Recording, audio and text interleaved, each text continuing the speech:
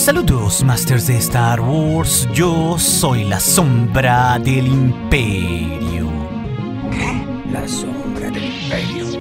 Tenemos ya, Masters, otro miércoles con sabor a Beskar, enfundados en la armadura de Boba Fett con el estreno del cuarto capítulo del libro de Boba, uno titulado como La tormenta que se avecina, que acomoda ya todas las fichas del conflicto que hay en esta serie, y al mismo tiempo es un episodio que nos tira mucha carnita entre sus personajes. Es por eso, como es habitual en este canal, que hablaremos de todo lo que nos dejó este cuarto capítulo de la serie, ya estando justo a la mitad de ella, con nuestro todo explicado. Por lo que debo advertirles que a partir de la parte siguiente hablaremos de spoilers de este capítulo 4 por si no lo han visto aún, Masters. Ok, así que comenzando en los aspectos generales de este episodio, antes de hablar a detalle de los 3 actos que incluye el mismo, debo decir que este me parece un gran episodio, y de momento me parece que es mi favorito de la serie, superando al segundo, y creo que sobre todo construye muy bien el conflicto que se avecina como su nombre lo indica, pero es uno que también está muy balanceado en su trama entre los flashbacks del pasado y lo que sucede en el presente, y sobre todo ambos aportando muchísima carnita de lo que está pasando. Fuera claro de volarnos la cabeza con cómo Boba Fett en el pasado tomó su venganza contra todos los que le arrebataron algo, ya sea pues su propia familia Tusken o su armadura. Y con esto vemos cómo le vuela las entrañas al alzarla con una gigantesca carga sísmica en una verdadera justicia poética.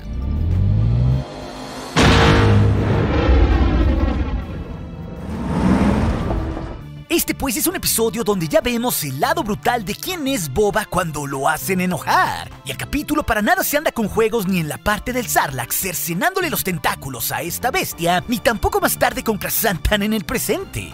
O hasta inclusive con el Rancor que está entrenando Boba en su palacio. Y todo eso en su conjunto eleva el ritmo de la serie y nos da un tono mucho más oscuro de cómo se irán poniendo las cosas. De hecho, también creo que el montaje de la primera mitad del episodio hace que todo fluya mucho más rápido a pesar de ser un capítulo que dura 48 minutos. Creo que aquí tanto la edición como el balance en la escritura de Jon Favreau entre el pasado y presente juegan muy bien y nos explica de gran forma este paralelismo narrativo, uniendo aún más a Boba y a Fennec por cómo ambos superaron experiencias muy cercanas a la muerte ahí mismo en las arenas de Tatooine. Vaya, poco a poco se construye más de todos estos aliados que va formando Fett, pero también terminamos por verlo eclosionar en sus razones por las cuales ya no quiere trabajar para nadie para convertirse así en un capo criminal. Y sobre todo vemos ese momento de cuando decide tomar esa oportunidad para dar el salto. Y este episodio pues termina por ser una piedra angular de quién se ha convertido ahora Boba Fett, pasando de ser un simplón villano secundario de las películas a un antihéroe y un verdadero protagonista en las series de Star Wars. Y bueno, ni qué decir del diseño de producción de esta serie, que de nuevo luce genial, y también trayéndonos estampas musicales muy únicas, como ese centro de modificaciones cyborg de Mos Eisley que tiene mucho color.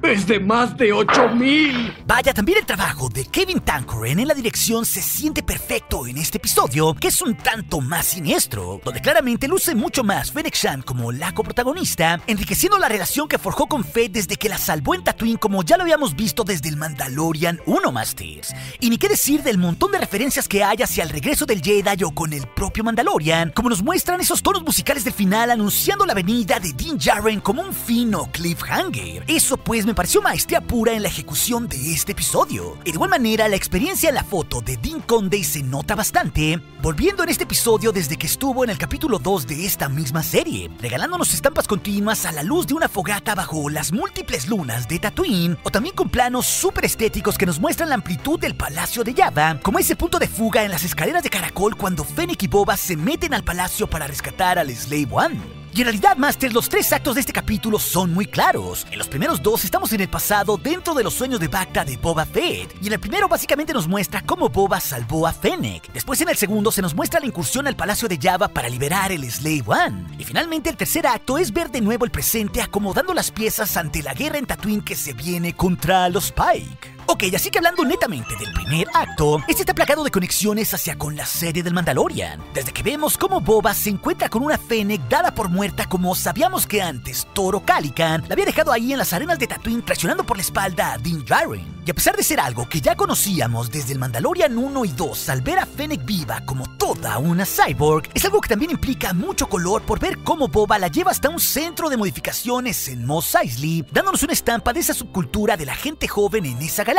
que se hacía mejor a cyborg a voluntad, algo que me parece que es un ambiente único y que enriquece bastante. No obstante, aquí de nueva cuenta es Boba quien se muestra honorable interviniendo con el técnico con una bolsa de créditos para salvar a la maestra asesina Fennec Shand. Y aquí con esto justo se nos da un interesante montaje sobre la operación, dándonos una escena única en la saga. No necesitas ser un experto para ser un gran artista, así que al ataque. Pon un poco de cinta adhesiva en el extremo suelto y haces lo mismo en el otro lado. Pégalas en su sitio con mucho cuidado, usando toda la cinta adhesiva que necesites para que no se suelten. Asegúrate que la pintura sea de colores brillantes. Y esto pues comienza a tejer los hilos para explicar por qué rayos Fennec se terminó quedando con Boba, por básicamente tener una deuda de vida en un tema recurrente en la saga. Pero también a medida que avanza este episodio, nos damos cuenta que esta nueva faceta que tiene Boba Fett como un tipo mucho más honorable y también alguien visionario a partir de que vivió con los Tusken para pensar por sí mismo protegiendo a todos los que le rodean, en lugar de servir a otros tipos poco inteligentes como un simple cazarrecompensas, es lo que justo termina por inspirar a Fennec Shand para que ella se termine quedando a largo plazo junto con él como su socia. Sin embargo, lo que plantea este primer acto no solo es cómo se forjó la confianza entre esos dos famosos cazarrecompensas que básicamente estaban dando el siguiente paso en sus vidas a partir de vivir momentos que los transformaron para siempre. Ya que también este acto implica que Boba, para dar ese salto que quería dar, necesitaba básicamente recuperar algunas cosas. Claro, su nave, el Slave One, y su armadura que previamente había perdido en el Sarlacc. Dos cosas pues que lo elevaban para ser un tipo mucho más intimidante y que básicamente hacía que todo el mundo lo reconociera. Y es así que Fett le promete a Fennec que si lo ayuda a recuperar el Slave One del Palacio de Jabba, su deuda de vida con él estaría saldada, cosa que así ella acepta. Y recordemos también que es curioso que la nave siguiera ahí en el Palacio de Jabba después de 5 largos años que pasaron desde los eventos del regreso del Jedi hasta este punto, tras todo ese tiempo que vivió Fett como un Tusken. Y justo ahí vemos que el palacio estaba poblado por diversos alienígenas que le fueron fieles al Twi'lek Bib Fortuna, que él se sentó en el trono de Tatooine justo en esos 5 años, hasta que Fett lo terminó matando por sentirse traicionado por él y por tomar el trono. Aunque bueno, Masters, creo que por ahí no hubiera estado mal tener otro cameo del buen Matthew Good interpretando a Bib Fortuna, pero al final de cuentas todas estas secuencias terminan por funcionar muy bien. Y con esto pasamos al segundo acto en los albores de esa incursión al Palacio de Jabba, que ahora está dirigido por su ex mayordomo, pero no lo vemos. Por lo que vemos aquí muchísimo color del palacio mostrándolo hasta sus entrañas. No solo pues viendo múltiples aliens, Nictos, Gamorreans o Weequays, ya que también vemos droides o al mismísimo Slave One ahí cerca de la puerta principal del palacio, al lado de múltiples Skivs. Y todo esto nos lo muestra Fennec usando un droide sonda que llevaba consigo en su arma, un detalle bastante ingenioso que no sabíamos que tenía la asesina entre sus juguetes. Can you believe Amazon is gonna deliver packages with these things? Pero es justo aquí, antes de dar su golpe, que tenemos más carnita de cómo se forjó esa relación de Boba y Fennec a la luz de las dunas. Ya que Boba le explica el siguiente paso que quiere dar tomando el poder que ahora ostenta Bib Fortuna, necesitando desde luego varias cosas en el proceso, pero también mostrándonos aquí esta metamorfosis que ha vivido este personaje, como ya lo habíamos visto desde el Mandalorian 2, siendo en realidad un hombre mucho más justo que ya no quiere ser más el peón de nadie, sino pensar por sí mismo. Básicamente porque ha servido a un montón de tipos tontos. Y es bastante curioso que Boba Fett se refiera de forma tan despectiva a múltiples tipos a los que él sirvió, como lo fueron sus múltiples clientes de pasado, como tal cual lo es el propio Jabba o su mayordomo Bib Fortuna, o hasta tipos siniestros como el propio Lord Vader. Vaya, es bastante claro que Boba Fett está pintando una raya en su moralidad con estos tipos. Y todo esto pues, Masters, es un elemento muy rico de los maestros Dave Filoni y Jon Favreau en esta serie para enseñarnos esta evolución de Boba Fett pasando por un infierno los últimos 5 años de su vida, desde que justamente cayó al Sarlacc para así expiar sus pecados y toda su brutalidad pasada, para renacer ahora en otra persona mucho más honorable y con conciencia, una que poco a poco, a medida que avanzamos en esta serie, va inspirando a más y más personas. No por nada ya hemos visto cómo su palacio comienza a llenarse con diversos seguidores. Y eso mismo pasa en esta conversación con Fennec Shand, cuando le dice que pretende tener su propio Gotra o sindicato criminal, reinando desde luego de una forma mucho más distinta ahí mismo en Tatooine desde ese palacio. Aunque bueno, también esto tiene sus matices, ya que también Fennec nos recuerda que uno no necesariamente decide cuándo puede dejar de ser un cazarrecompensas en esa galaxia muy lejana. Algo que promete en un interesante diálogo que los fantasmas del propio pasado de Boba lo seguirán persiguiendo como un ominoso presagio. En algo que también está muy bien construido en el drama de esta serie, porque justo eso mismo han sido los sueños de Bacta del propio Fett. Recordar pues todas las cosas que lo han atormentado en su pasado. Y así pues los dos se meten hasta el palacio por una cañería y vemos mucho color de lo que fueron las cocinas del propio Jabba, donde desde luego en este punto no paras de decir entendí la referencia. Sí, entendí la referencia. Ya que sí, tenemos un montón de droides en una estampa con ese humor característico de Star Wars, donde estos droides casi descubren a estos dos socios que se metieron al palacio, hasta el punto que uno de los cocineros hace un verdadero General Grievous para mostrarnos sus múltiples cuchillos. Hello there. General Kenobi.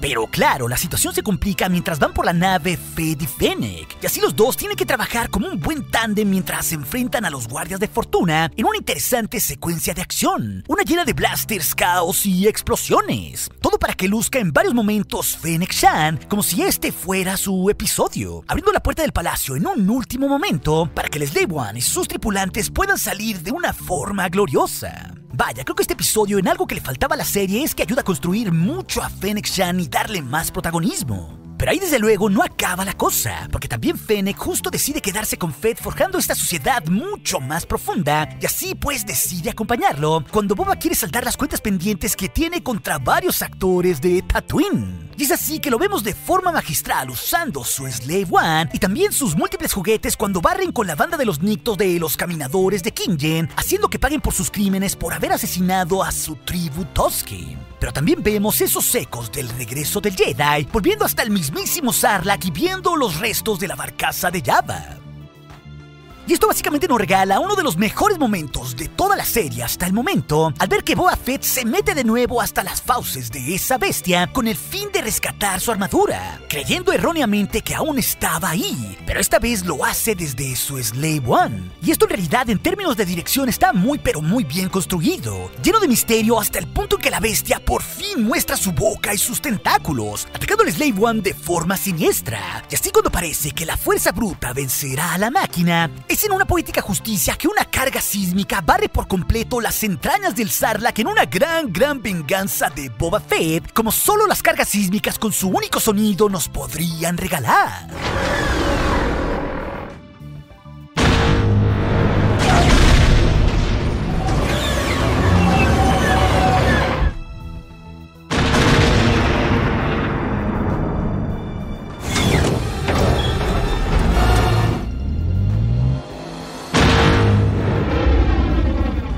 Así, tras todo esto, Boba y Fennec, bajo el cobijo de otra fogata, forjan ese pacto de eterna lealtad uno con el otro, prometiéndole el primero un mejor futuro en sus éxitos y también protegerla con su vida como ningún otro cliente en el pasado le había ofrecido. Vaya, de nuevo, todo esto nos demuestra la gran transformación de Boba, sobre todo con el fin de dimensionar cómo él ya entiende que es más fuerte trabajar con la mente y el músculo de otros para que así puedan ayudarlo en su conquista. Un tema que ha estado bastante presente en todos los capítulos de esta serie, siendo pues un líder con mucha más visión. Y así pues pasamos al acto final de este largo capítulo, recordándonos mientras Boba despierta cómo mató a Bib Fortuna para así sentarse en el trono de Tatooine. Y vemos simbólicamente que Fett ha sanado por completo como se nos aclara por su droide, marcando de cierta manera el final de estos sueños, como si los flashbacks hubiesen terminado por establecer de forma metafórica quién es ahora Boba Fett, sano por fuera, pero como también Fennec nos recuerda, con cicatrices que aún tiene Fett por dentro, unas que él sabe que tardarán mucho más en sanar. Por lo que este acto final se centra en Boba para mostrarnos su fortaleza hacia todo Mos Espa ante la guerra que ya le declaró el sindicato de Pike. Primero mostrándose él en la cantina de Madame Garza, viendo ahí también la brutalidad de un ebrio Black Krrsantan desmembrando a un Trandoshan. No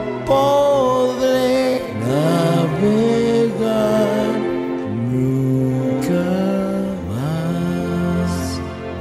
Una Una auténtica escena brutal, Masters, que de nuevo, como pasa con la escena del Sarlacc, nos muestra la realidad del mundo bajo de la galaxia, pero también poco a poco el lado más oscuro y violento de esta serie. Y eso que es solo el principio, porque la guerra apenas está comenzando.